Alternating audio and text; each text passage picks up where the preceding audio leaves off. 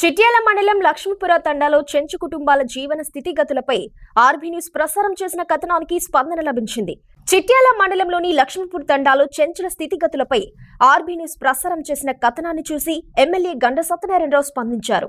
చెంచుల పరిస్థితి ఆరా తీసి తనకు వెంటనే తెలియజేయాలని మండల పార్టీ అధ్యక్షుడు గూట్ల తిరుపతిని ఆదేశించారు.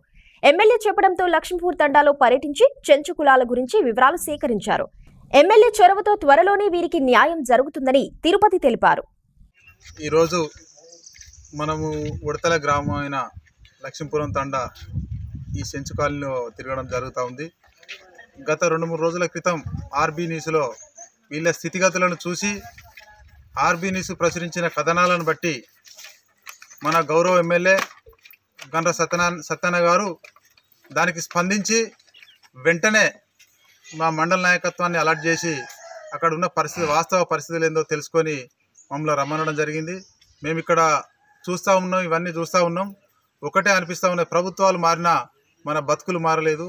అందుకనే ప్రజలందరూ కూడా తెలంగాణ పార్టీని నమ్మి 2 సార్లు అధికారం ఇచ్చినా కూడా గత స్పీకర్ కానీ గత ఎమ్మెల్యే రమణారెడ్డి కానీ వీళ్ళందరినీ కేవలం ఓట్ల రూపకంగా వాడుకొని లేకపోతే హైదరాబాద్కో బస్సులు పెట్టి ఎక్కడికో తిప్పి ఒక్కరోజు ఆనందాన్ని చూపించారు తప్పితే ఈ గుడిసెల పరిస్థితులు మాత్రం ఒక్క గుడిసె కూడా ఇల్లు కాలేదంటే ఎంత దీనస్థితిలో ఉన్నదో గత ప్రభుత్వాలు మనం అర్థం చేసుకోవచ్చు.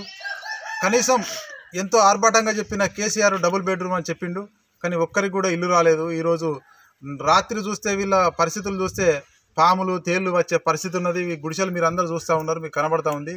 దీనికి వెంటనే స్పందించి కనీసం 100 రోజులు కూడా పూర్తిగాని కాంగ్రెస్ ప్రభుత్వం మన ఎమ్మెల్యే గారు సత్యనారాయణ గారు స్పందించి వీరందరికీ కూడా ఏకకాలంలో మొదటి విడతలో వీళ్ళకి ఇందిరమ్మ ఇల్లు మనం ఇద్దాం, మనం ఖచ్చితంగా వాళ్ళకి ఇల్లు కట్టిద్దామనే సంకల్పంతో మా మండల నాయకత్వాన్ని ఇక్కడ పంపించడం జరిగింది.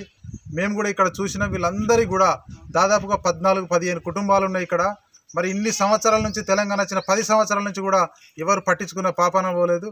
పేదల కోసం బలహీన వర్గాల కోసం పనిచేసే కాంగ్రెస్ ప్రభుత్వం కానీ సత్యన్న కానీ వెంటనే స్పందించి ఇక్కడ పంపించి వాళ్ళకు ప్రత్యేక అభినందనలు కృతజ్ఞతలు వాళ్ళకు చెప్తా ఉన్నాం.